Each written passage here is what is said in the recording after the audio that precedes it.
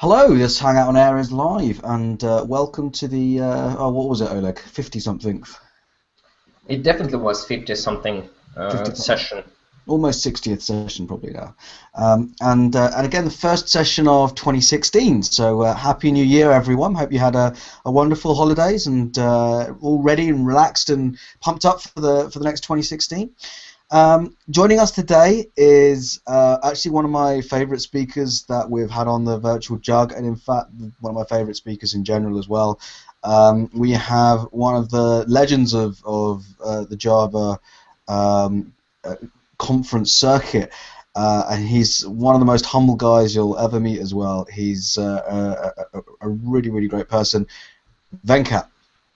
You go by one name. Everyone knows Venkat. How are you doing, Venkat? It's a pleasure. Thank you so much for both of you for having me. Oh, it's entirely our pleasure. And this is actually your second Virtual Jug session, correct? That's correct. Yes, looking forward and excited to be here. Excellent. I believe you gave reactive Java last time. Was it reactive Java? Right. It was reactive Java. Reactive programming. Yeah.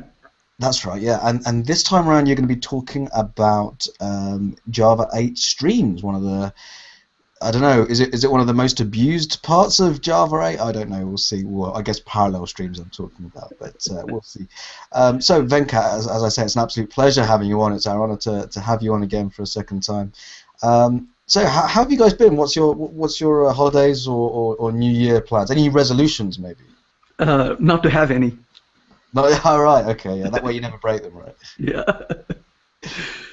And Oleg and I were in Tallinn last week, and it was the coldest I've ever felt. It was -20 or -25. Oleg, I don't know how you can deal with those temperatures, but it's been pretty bad, and I think I'm coming down to something now. Yes, Simon, you have to use proper tools. In that case, proper clothes and the hat and 3 pairs of socks at the same time. But it's delightful when you have the proper dress. But yeah, it was great to see you live, and I'm really excited to listen to this session by Venkat. So can you see my which is not about programming languages. It's about the streams in Java 8. Damn it! Yeah. What was it called? The Powerhouse. Streams. It was streams. The true powerhouse in Java 8, right? That's good. There we go. On the fly editing. There we go. Well, now you can all see my secrets as to how we do this. It's exciting. I suppose it is a live session, so this is the first part. You have a typo in streams. I know. We're gonna do a special on streams this time around. So yeah, we're going to be talking about streams. So let me go through a few of these slides then. So first of all, we're talking about streams, the true powerhouse in Java 8. Venkat Subramaniam. If you wanted to follow Venkat, I'm sure you're all following Venkat anyway. If you want to be one of his 60 million followers, at Venkat_S is Venkat's handle. So do feel free to follow that handle, and we'll drop that link in IRC as well. A quick word to the sponsors. Zero Turnaround are the sponsors of the Virtual Jug, creators of JRebel and XRebel, and also a couple of free tools, Optimizer for IntelliJ and Optimizer for Eclipse, so feel free to check out some of their tools, and even the JRebel and XRebel tools, you can get some free downloads, trials of those. Some big news for the Virtual Jug as we closed 2015. The Virtual Jug has now got 5,000 members, which is a massive milestone for any jug, really. The fact that we've done this in just a couple of years is paramount. It's testament to the number of amazing speakers that we've had on. So this is big thanks to people just like Venkat today for taking their time out to educate us and educate the community. So massive thankulations, massive thanks and congratulations to everyone for being part of our amazing community. So for today's session, you can join the session on virtualjog.com, and if you on the hash live card of that website, you can actually access IRC embedded into that screen. Otherwise, you can go to the free node and join channel #virtualjug, and you can have lots of discussion there and also add any questions you want, and Venkat will be taking questions as we go through the session. You can, of course, share the session and this group as well on any of your favored networks. Let's try and get up to 10,000 by, who knows, maybe a couple of years. That would be amazing. And of course, if you had any feedback about this session or the virtual jug in general, you can ping either one of those two handles and ping me some information directly. Perhaps it's about what you want to see on the virtual jug, or some feedback about how we do these sessions. One last thing that I will mention actually before we get started is on the bottom right of this embedded YouTube window widget, there'll be a little cog, and if you click that, you can choose the quality as to which you're receiving this broadcast. So make sure you're watching this at the highest quality so that you'll have no problems reading Venkat's screen. And that's pretty much everything I had. So Venkat, over to you. Let's hear about Java 8 streams. All right. Hey, pleasure again talking about Java 8, Java streams. I want to start with by first saying, when we get excited about Java, or Java 8 rather, we normally get excited about lambda expressions. But really, the power in Java 8 is a lot more than lambdas. It's really in streams. And that's what I want to talk about today. When I was writing the Java 8 book, I said something in the book, and my editor was a bit careful about what you say in the book, and my reply to her was, hey, I live in Colorado, and she let me put that in the book.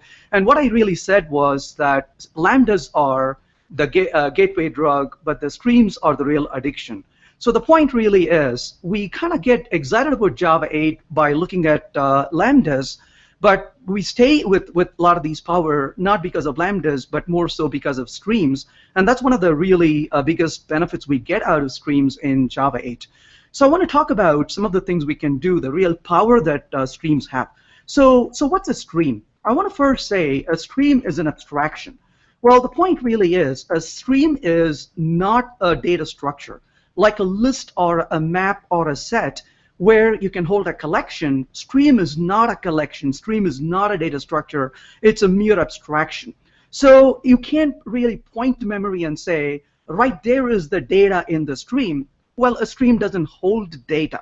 Well, a stream is a collection of functions which can be evaluated. You can think about it like a collection of functions that we evaluated potentially in the future. So it's an abstraction. And this is a very remarkable power on our hands. Second thing is, a stream is a non-mutating collection of functions. So you want to transform data, but you don't want to mutate data while you are moving them through this pipeline. Let's understand this with a little example and see how it begins to feel. I want to double, let's say, the values in a collection. That's what I really want to start out with. A fairly simple example here. So I got a list of numbers, let's say 1 to 10. And I want to simply double the values in this collection. Well, in the imperative style, we would write a for loop and go through one value at a time, double the value, and then stick it back into a list. We don't have to do that with streams. We can simply say number.stream, and let's stop right here and talk about what a stream feels like at this point. Well, at the very first definition, we can say a stream is more like an iterator. Well, in Java, the traditional iterator was rather weak. It gave us two things. It told us whether there are more elements, and it gave us the next element. Well, stream is a very fancy iterator. It's got some really powerful functions. One of those functions, for example, is a map function, where given an element, in this case, we want to double the element. So our goal here in this example was to double only the even numbers in the collection. So before this, we will apply one other operation, which is a filter, and we will say only filter or pass through even values and then block the rest of the values. So now we can see that we took the stream, but we filtered even values, and then we doubled them. But as a last step, we will put this back into a collection by using the collective method. And this gives us a collection of values which we can easily stick into a list in this case. So we could say, we'll call it result here, and then put it back into the result. So what does this provide for us? Well, a stream is an action here. And finally, of course, we can simply output this value. We can say, here is the result I want to print out. So we can see in this particular case, oh, I messed up a person class and behind the scenes. I need to fix that. So what I really did in this case is we were able to very nicely, let's see what the error is. I was messing with the code earlier and I butchered it. So invalid method declaration, of course, person. Actually, let's kind of, let's see where the error is coming from, pardon me. A return is required. That's kind of weird.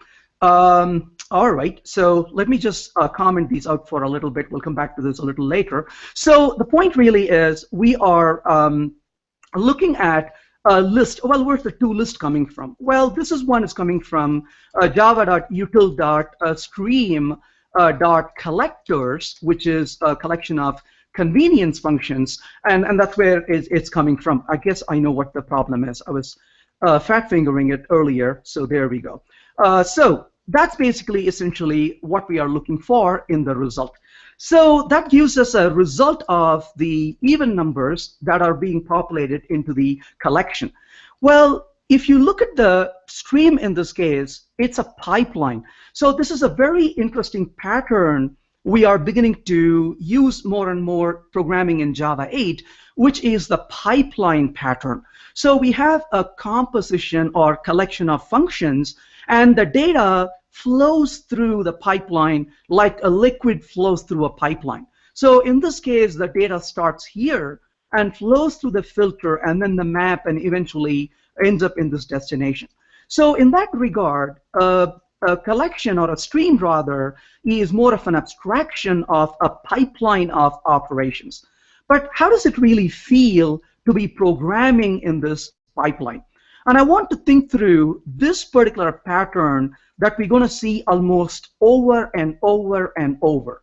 So you raise the concrete collection, a concrete collection to a stream, you write the stream using composition of functions, and then you eventually end up in a concrete collection.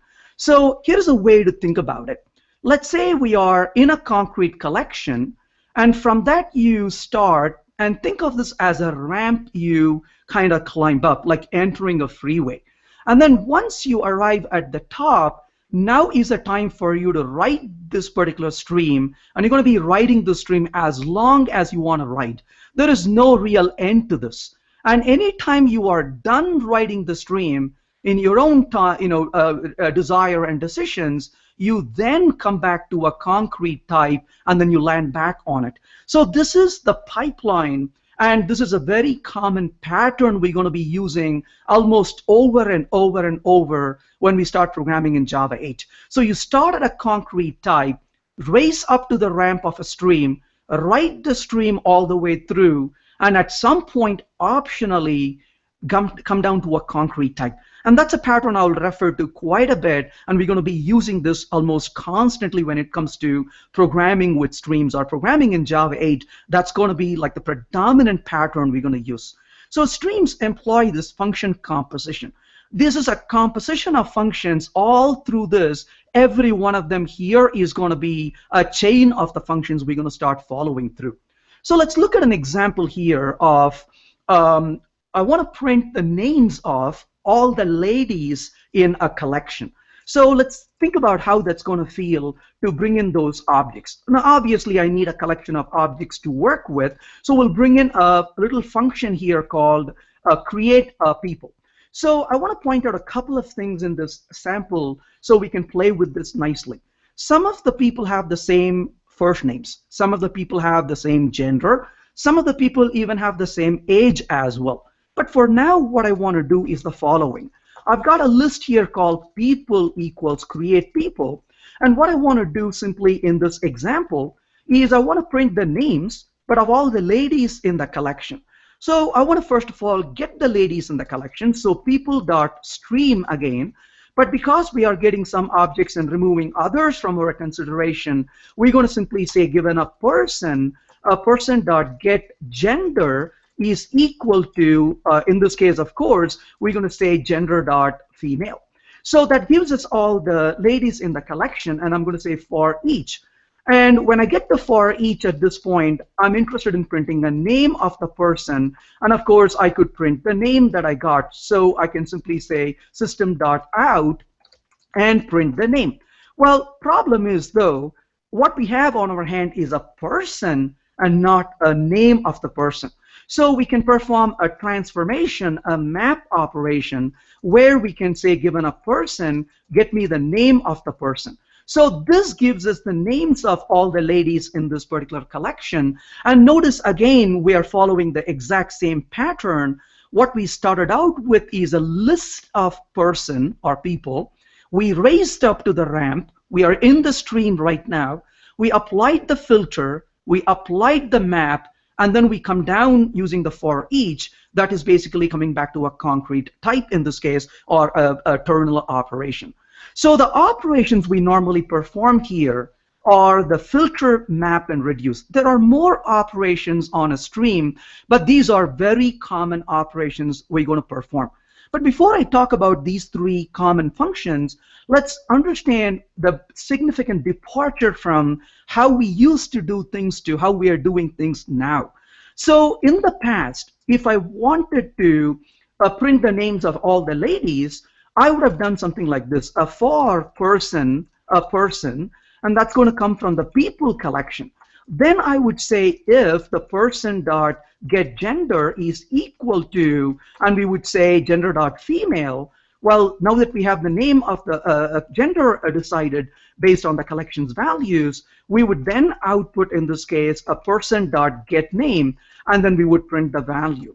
Well, if you look at code, if you just do a grep on Java code, you would be surprised at the number of places where we use the for loops. And for loops are pervasive. They are everywhere we turn. Now, when you use for almost constantly, in fact, I would say for probably outnumbers any other looping structure like while or other things. And if you use for everywhere, we naturally start thinking about for loops when we start writing code. But the way that turns out to be is like you hear a knock on the door, and you approach the door and you open and say, "Who are you?" And the guy at the door says, "I'm here to fix your kitchen, you guys called." And all you see this person have is a hammer on the hand. And you say, "Well, where are your tools?" And he takes a whack at the door and says, "I don't need any stinking tools, I've got this hammer." Well, that's the for hammer. You probably let the guy in and run out of the building to call the cops. It's not safe to be in the building after all. Well, that's the for hammer we've been using way too much in our code. On the other hand, let's say you hear a knock on the door again, and there's an element standing there with a little bag, and he says he's there to fix your kitchen. You let him in, he lays the bag down, puts the tools out. There is a hammer, of course, but there is a screwdriver, there's a chisel, there is a wrench, and many other tools. And you say, "Hey, looks like you got a handful of tools there." He says, "Yep, these are my tools of my job. These little tools, each one of them serve a particular purpose." And you ask the person, "That's interesting. Are you going to use all of those tools?" And he laughs and says, "Of course not. The person who uses all the tools is called a consultant." Well, the point really is we don't have to use all the tools, but the point is we have these little tools we could employ, we could use when it makes sense. So those little tools that are available to us on our hands right now are these little tools like the filter tool, the map tool, and of course the reduce tool, but for each and then a lot more, like for example a min, max, and limit, and various different functions like find first. So all these little tools are extremely potent, and we end up mixing these little tools together to get our work done rather than using the for loop. The other major difference streams give us is streams allow us to focus on a transformational logic at the entire collection rather than focusing on individual elements of a collection.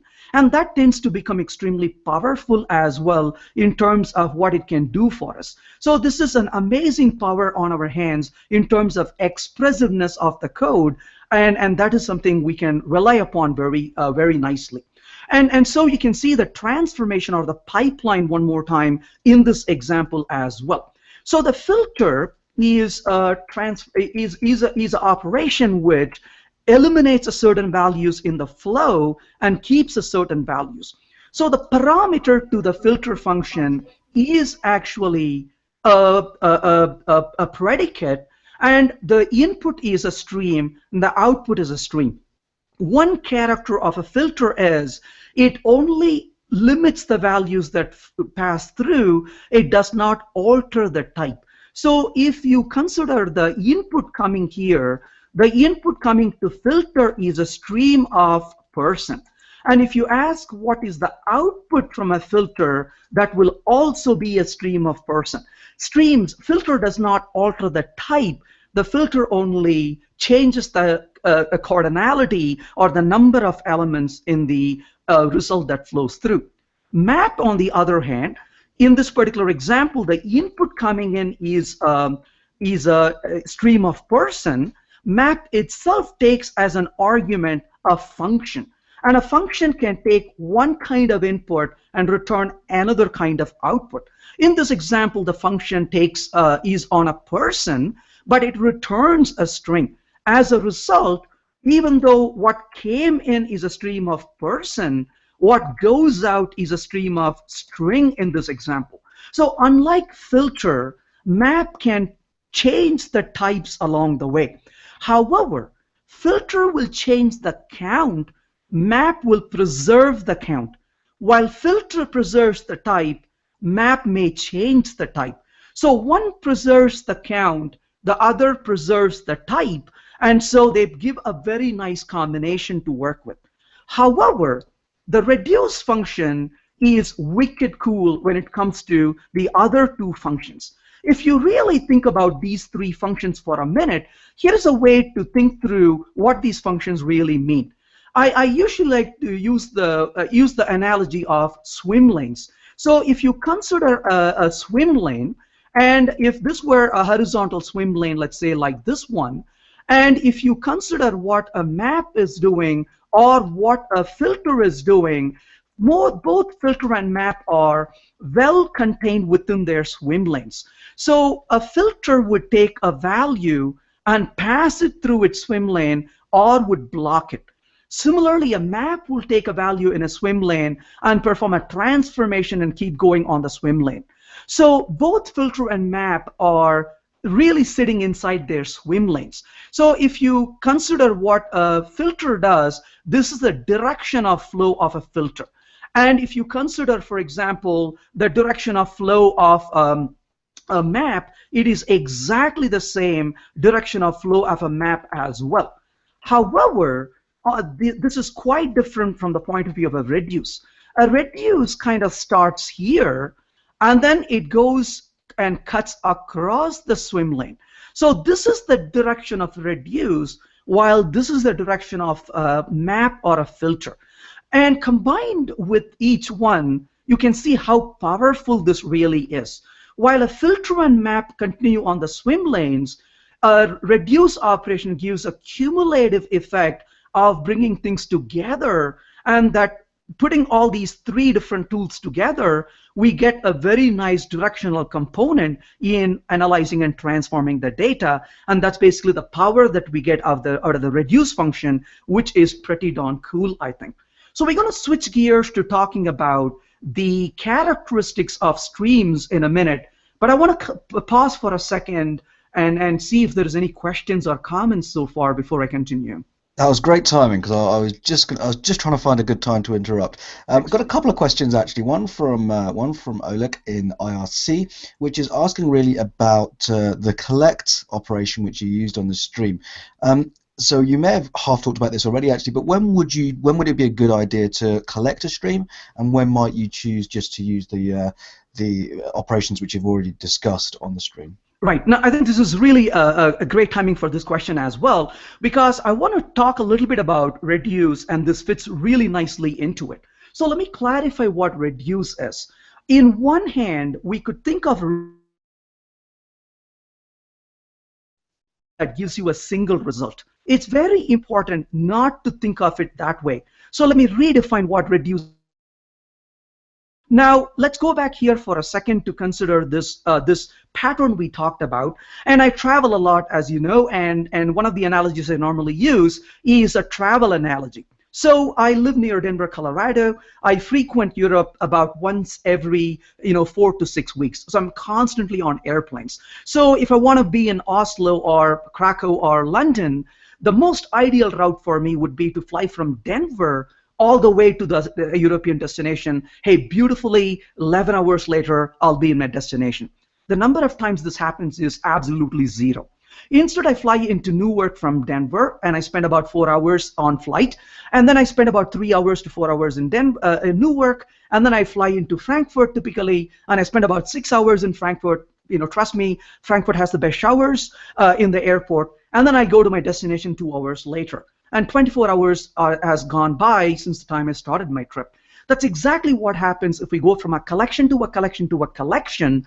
But on the other hand, if we stay on all the way through in a stream, we can save all this time. So in a way, we talked about the ramp-up operation. The ramp-up is the call to stream, and map and filter really are the operations that keep you up in the air, so to say. What operation brings you down to the concrete type? That operation is in fact reduce. So collect is nothing but a reduce operation. It's just a different name for it. So when you hear the word reduce, don't look for the function called reduce. Instead, look for an operation that says, ting, put on your seatbelt, we are beginning our descent, and we are going to now come down to a concrete type.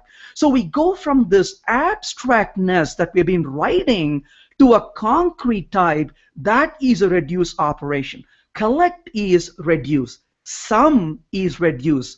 Min, max are reduce. So all of these operations are examples of reduce operations. So when would you use a collect? Well, you would use a collect when you want to perform a reduce, meaning you want to leave the abstraction, come to a concrete type, and in addition, you want the concrete type to be either a list or a set, rather than a single value like what the reduce function is trying to yield or a sum function is trying to yield. So that's kind of the distinction between those two. Awesome, great. One other question about you comparing the streams and for loops, and this is, I'm sure, a question you've answered many times previously, about the performance.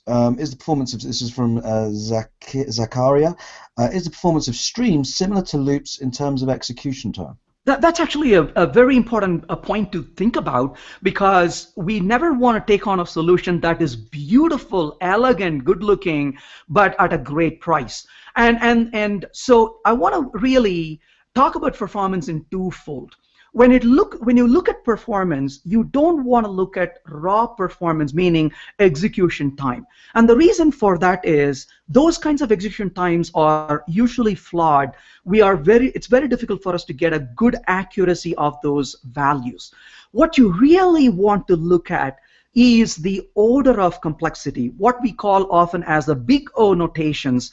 And you want to say, you know, is it an order of n, is it an order of n square, and so on. And it turns out that the order of complexity is absolutely the same. And one of the reasons for that is, and let's look at this from this example point of view, and the reason for that is, if we look through our naked eye, or when we look at it naively as the code, it's not what you look at but what you see, as I think Da Vinci who said that, and that is something important for us to keep in mind. It's not what you look at, it's what you see that matters here. So what you're looking at is, you take a collection and you are transforming to a collection and another collection to get a result. And that would be insane if we do it that way. Because if we had a collection of 100,000 values, and let's say half the population is female, we go from a collection of 100,000 to a collection of 50,000, only to get another collection of 50,000 names, and that would not be good in performance. But thankfully, streams have one real power behind them, and that's the nature in which the streams evaluate the functions. So what streams don't do is, streams don't take the collection and apply the function. What they instead do is they take the group of functions, and this is an operation called fusing, and they fuse the operations together into one operation. So in other words, what streams actually do is the following. You have a filter function on your hand, and you have a map function here on your hand. And if you have a collection with you, it doesn't take the entire collection. So let's say for a minute we have a collection of 100,000 values. It doesn't take this entire collection and then produce a resulting collection over here. It doesn't do this, but instead what it actually does, which is a lot more fun, is that it takes these two functions first of all, and it does what's called fusing. So it fuses them together, so it kind of becomes something like this. Then it takes one element, just the very first element in the collection, and passes the one element through this fused group of functions. Then it takes the second element, then the third element, then the fourth element. In other words, when you have a stream on your hand, what you don't see is the following. You're not going from a source collection to an intermediate collection to another intermediate collection and then eventually to your target collection. It doesn't do this. But instead what it actually does, it starts with a initial source collection, applies the fusing of all these operations together, and it ends up with one single collection at the very end. So this is the top one is what you are looking at through your human naked eye. The bottom one is what you should be seeing every time you see a stream, because this is the bottom example is the net effect of what a stream actually does. It fuses the functions together and applies one element at a time, considering a sequential, of course, or multiple elements at a time in a parallel collection, but never going through one function from the group.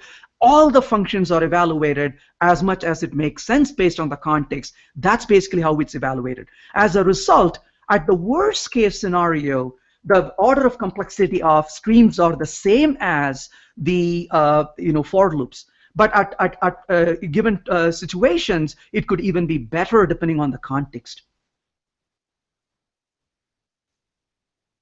That's wonderful. Thank you, Venkat. Let's continue forward. All right, excellent. Well, characteristics of streams is the next thing I want to talk about. We talked about the pipeline and the nature of things that we talked about. I'm really happy for the questions because it really helps us to get into these details in a nice way, so with relevance. But one of the things to consider is the characteristics of the streams. A stream has at least 4 characteristics, if not 5, and one of them is a sized. So a stream could be sized or unsized, meaning it could be bounded or unbounded. It could also have potentially a stream which has no bounds at all. We deal with this all the time in reactive programming, for example, where you don't have a clue what a size of a stream would be. For instance, how many variations of stock price are we going to see for Amazon or Google tomorrow? Well, who knows? That's an infinite or a boundless stream.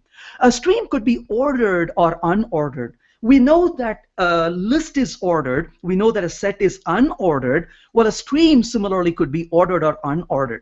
Now, how do we know whether it's sized? How do we know it's ordered? Well, the first answer is, where did you come from? So the source of the stream decides these characteristics, but it also varies based on what you perform on these operations. So to understand this, let's go back to this example, and what I have done in this example, watch out for the output. I got Sarah, two Sarah, Paula, and Jill. Why? Because the original had 2 Sarahs in it, and we removed all the men from the list, kept only the ladies, and of course we got the names out of it. However, one of the properties is distinct property. So if I go back here, if I were starting with the set, it would be distinct automatically. But I didn't start with a set. We know that lists don't have a distinct property, but we can interject that. So I can say distinct over here, and notice now, in this particular case, we are asking the distinct property. We got to be careful where we put it. Well, in this case, of course, we distinct on the name, and as a result, we can see 1 Sarah got removed, and only 1 Sarah, survived this output. And the reason is, there is no, all the people are distinct in this level, but in the names, of course, that is not distinct when you have multiple names with the same value. When we applied the distinct, it removed that and applied the distinctness property at that level. So streams can have a distinct property added to them. Remember, this is a stream of person, but this is a stream of strings. So you are dealing with a different stream in this pipeline, and we altered the character of that stream using distinct. Now notice I don't have two Sarahs anymore, but if I remove distinct, I do have two Sarahs. But I can also add sorted right here, and notice, of course, that's a characteristics of a stream to be sorted or not. And you can see that in this particular case, we are looking at an output in a sorted order instead of the original order as we did before. So these are different characteristics, one of them being whether it's parallel or not as well. So we talked about the collect a little bit, and we want to really look at reducing values to a single value. But I do want to say that there is a better way to do this, and we need to be careful about it. I want to first show you a wrong way, and then I will show you the right way. Well, what are we really doing?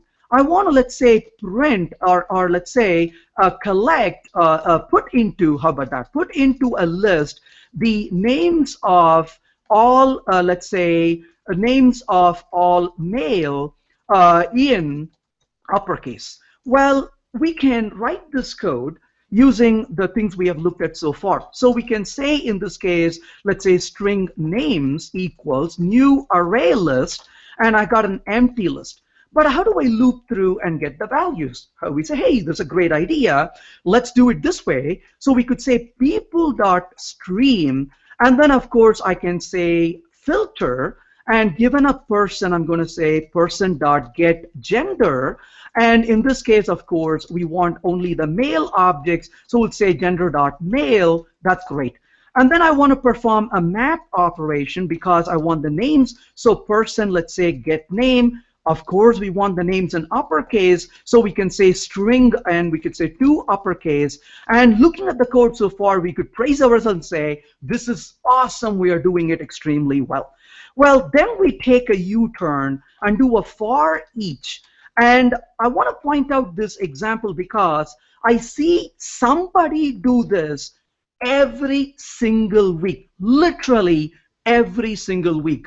You may say, aha, but last week was a holiday. You did not meet anybody. What's up with that? Well, I'll tell you shamefully, I'll admit this.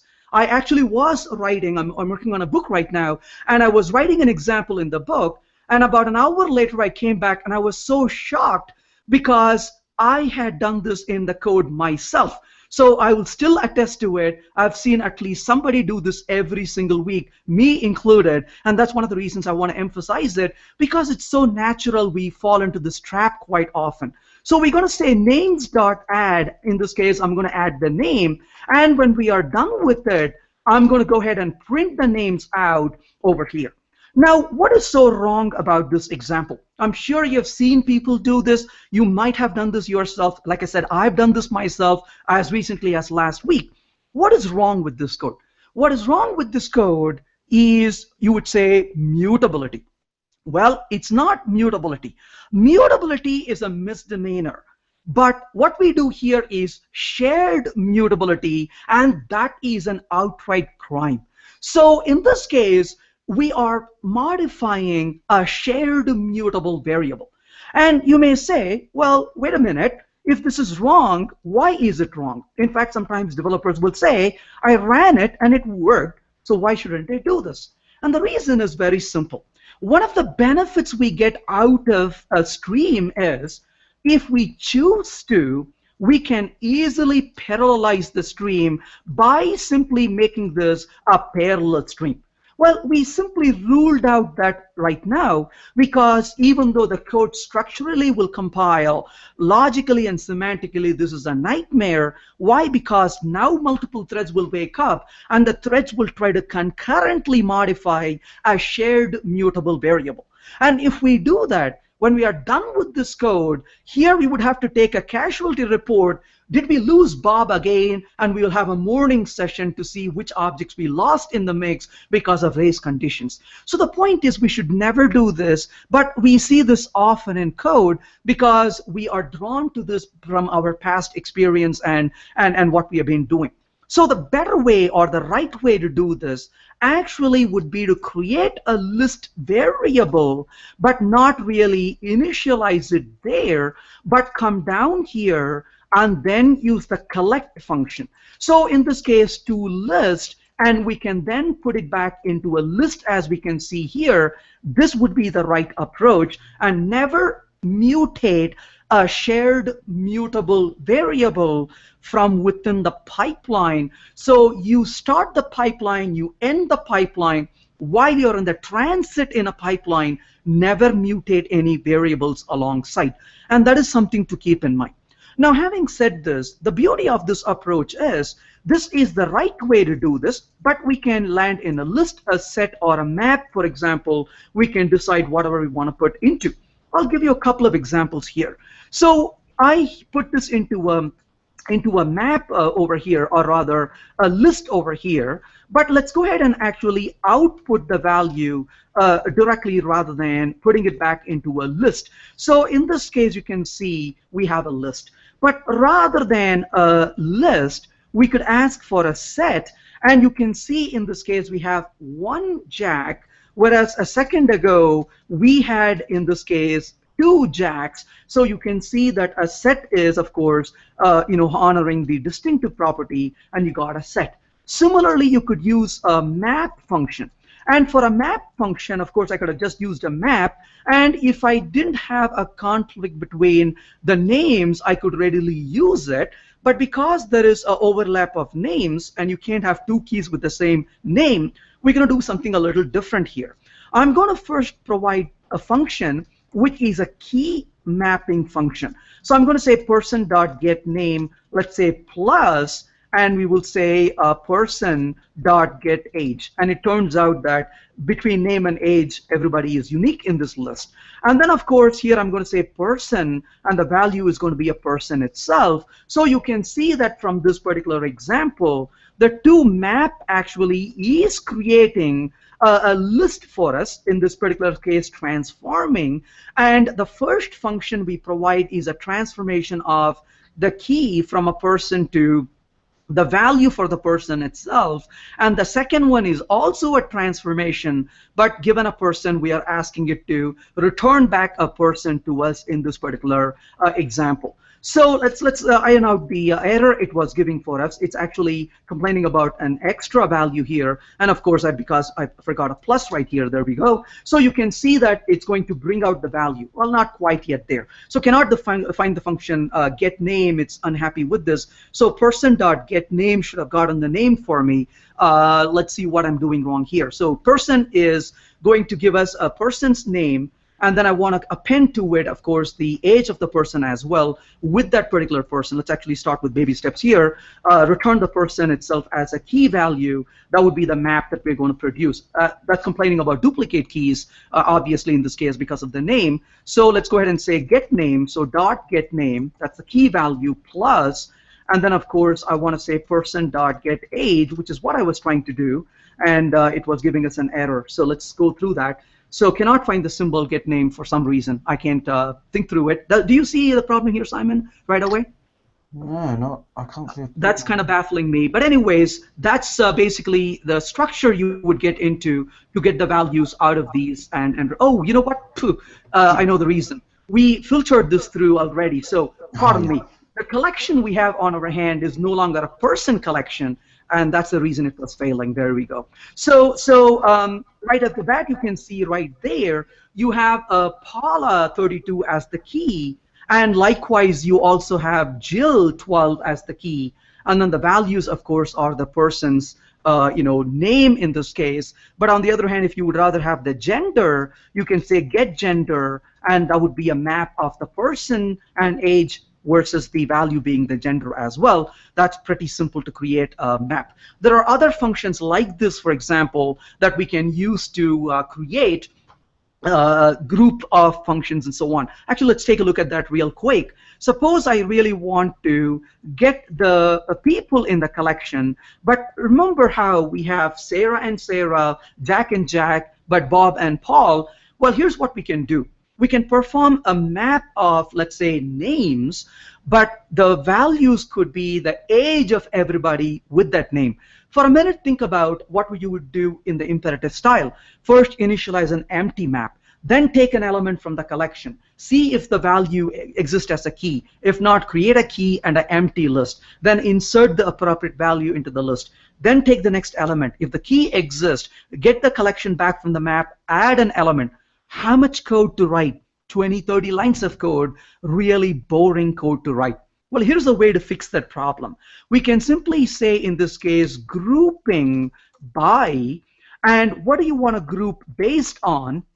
Well, I want to group based on the name, so you can simply say, in this case, a person, for example, given a person, I want the person's name, so person get name is pretty sufficient, as you can see. So it creates the name of the person, and then the values are really in a list of person itself.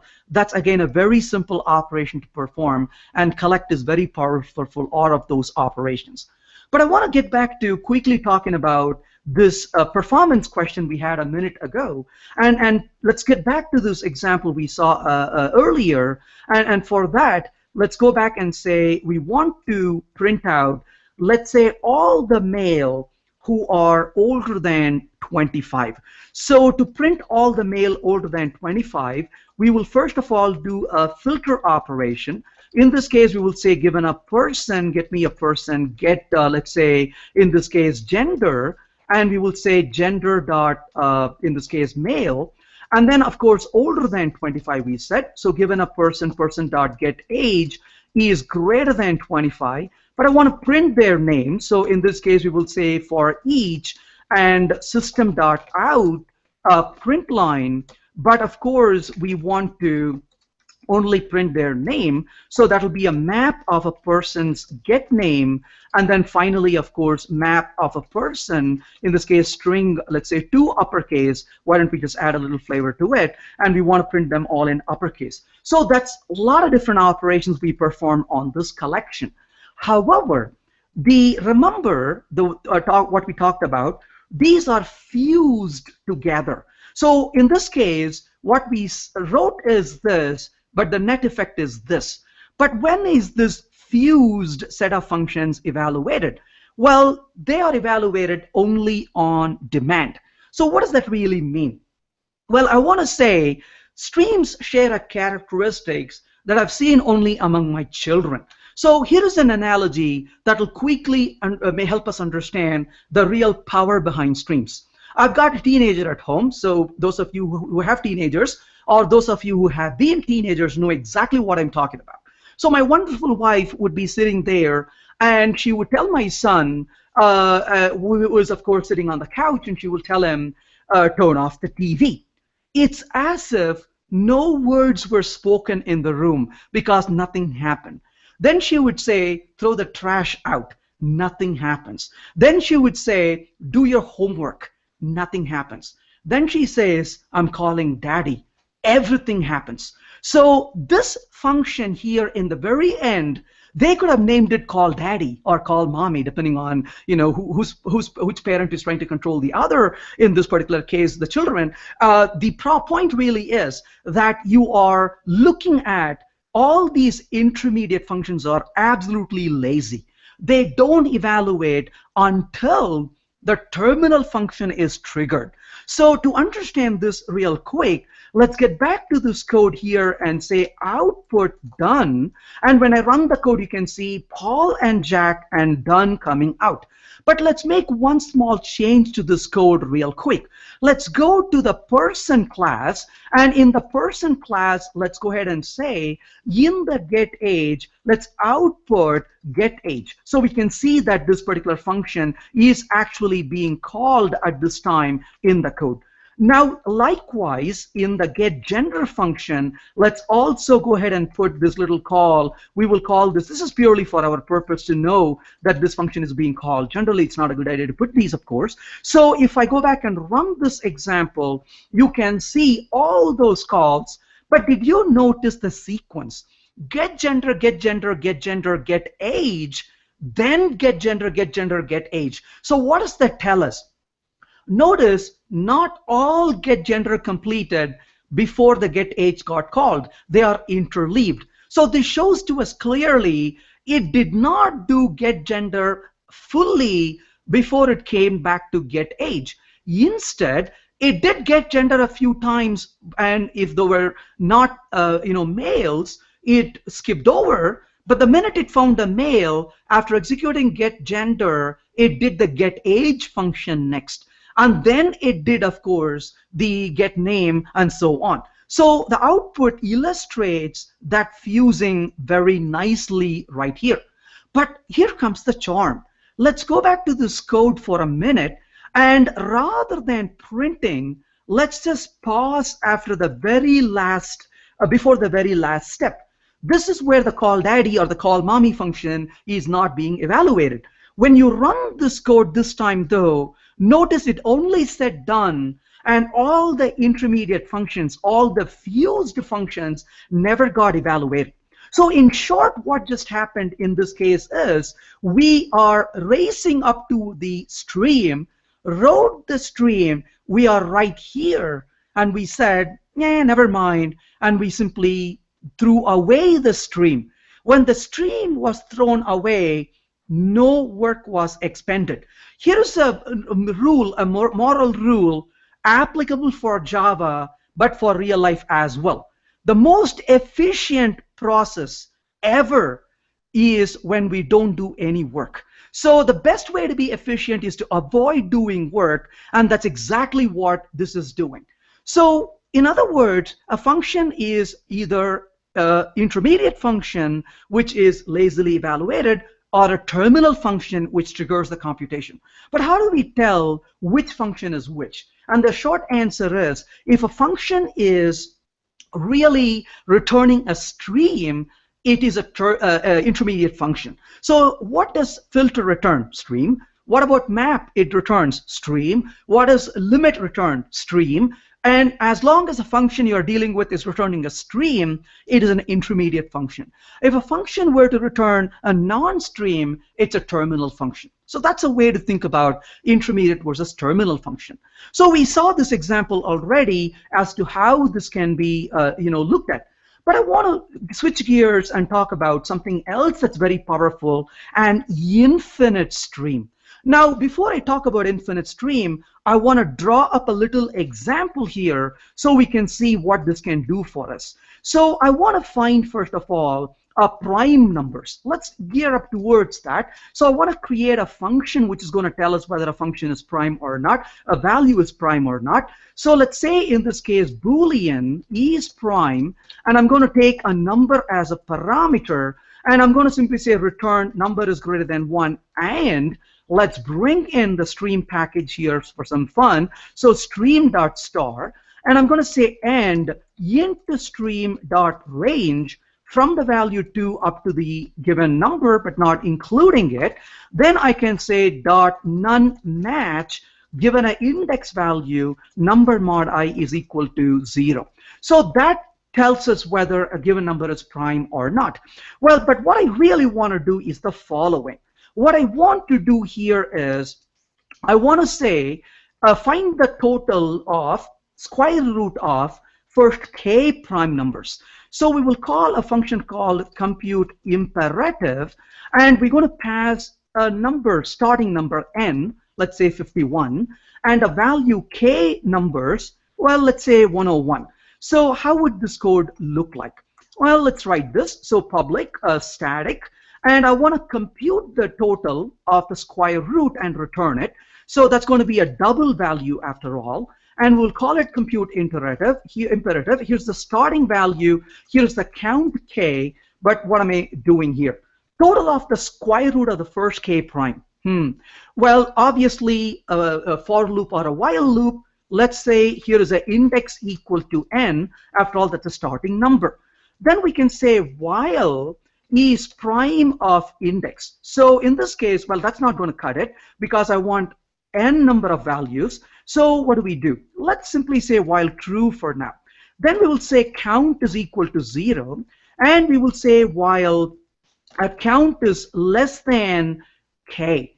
And what do you typically do when you write this? You pause and ask yourselves, is it less than or equal to?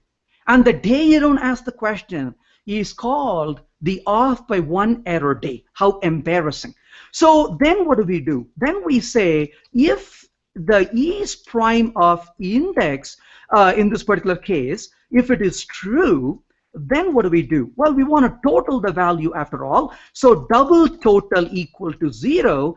And notice these variables. These are called garbage variables. In fact, you very rarely call them index, count, and total. You call them I, C, and T. And why? Because you're so mad. These are garbage variables. They don't deserve good name. They don't have status in the world.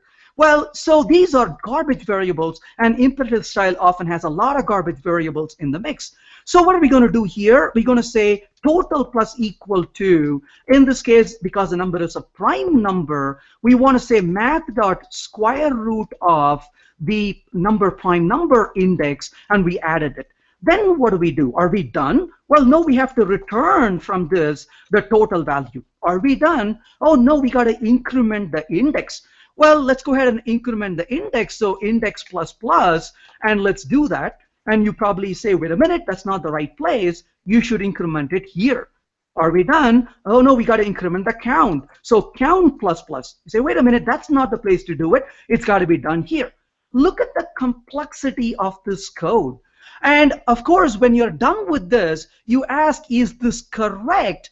And we stare at this. Why do we stare at the code? Because imperative code makes us look like we are stupid. In fact, the smartest of programmers, when you ask them, is the code correct, they never tell you it is correct. They're very clever. They say, it looks good to me. Because you always say it looks good to me, because if you find that it's not good, you can always say I didn't say it's correct. So obviously in this case we got a little code. I'm going to very feverishly run this code and it produced that result. Don't ask me whether it's correct. Let's try this one more time. And I'm going to output compute using streams functional. And in this case, let's say 51101 again. But what am I going to do? Well, in this case, I'm going to say, let's say public static double compute functional int n and int k. But notice the beauty of this, how the code begins to work.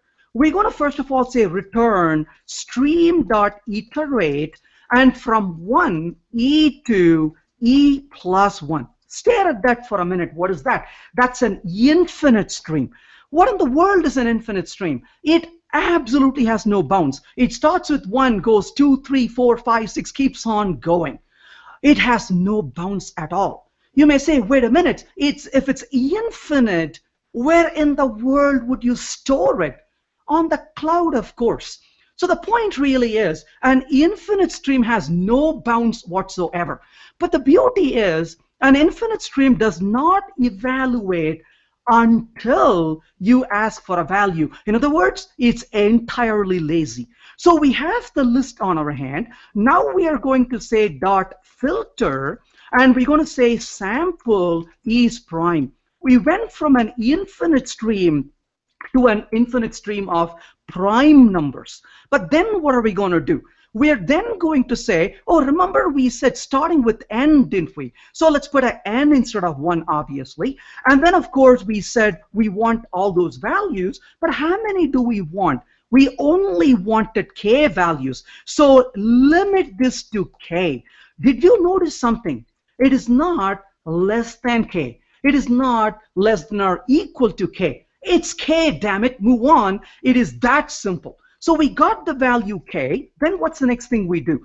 Then we say map this with a math square root of the function. So we got a square root mapping. And then we'll say reduce. and in this case reduce to with the value 0, and we'll say double sum is what we're going to use to reduce, and that gives us the result we are looking for in terms of how we're going to compute this. So the point really in this case is we are asking it to perform the sequence of operations on our hand, and so as a result you can see, look at what the code did. Let's quickly look at something here. This is a very powerful use of infinite stream. If you look back at this code, not only did we have a lot of code, it was very convoluted. If you ask somebody what this code is going to do, they're going to stare at it. But the code in the bottom is so straightforward. It flows through, starting from n, without any bound, get me all the prime numbers, but get me only k of them, and find their square root and total it. In other words, the beauty of this code is good code is like a story, not like a puzzle. The code above is like a puzzle. You're trying to decipher what in the world it is doing.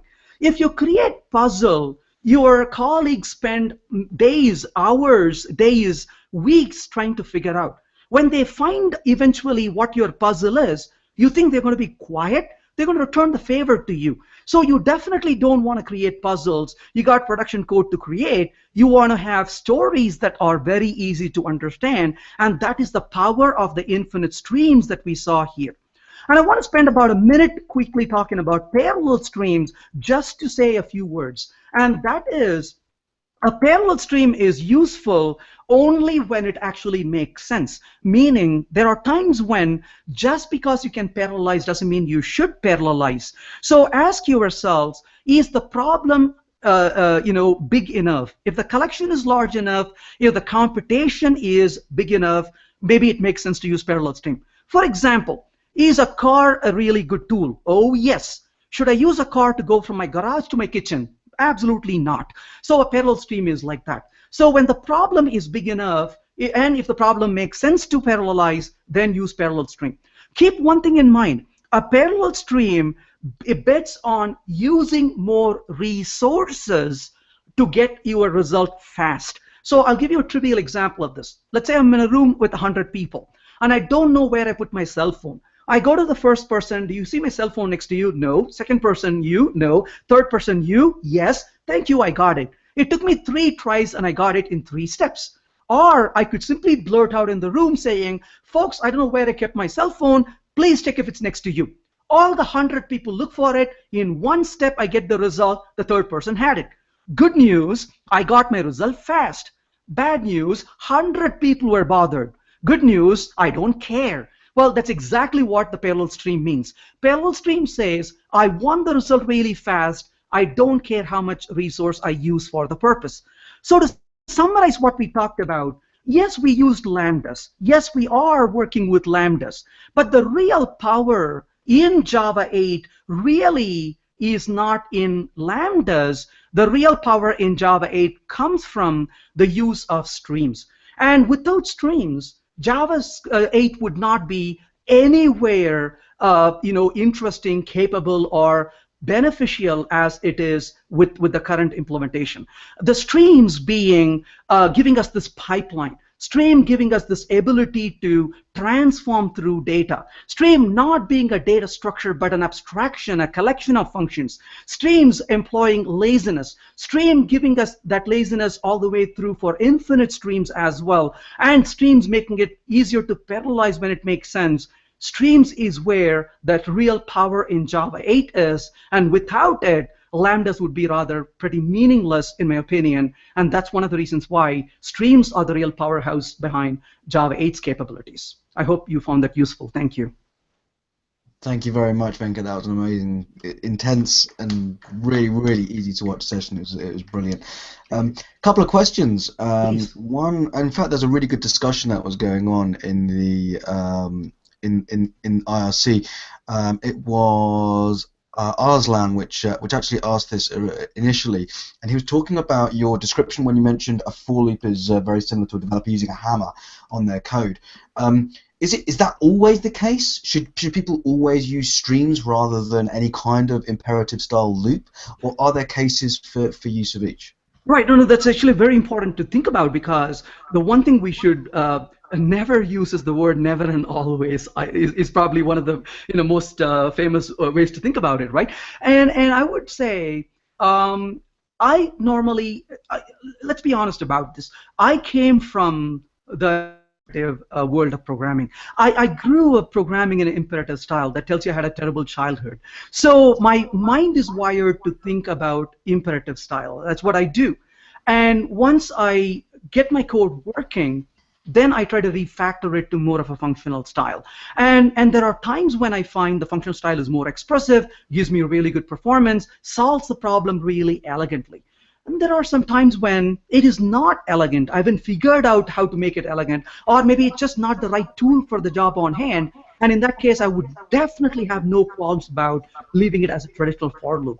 So my goal is not to shun a certain way of approach, just being biased towards another one. We should always pick a better choice when it's a better choice. And if for loop is a better choice in a given situation, I would argue that's basically what we should be doing. Okay, awesome. Another question about when you when you were talking about the fusing of operations and where you don't have a kind of intermediate streams which are complete in their own right. Collections.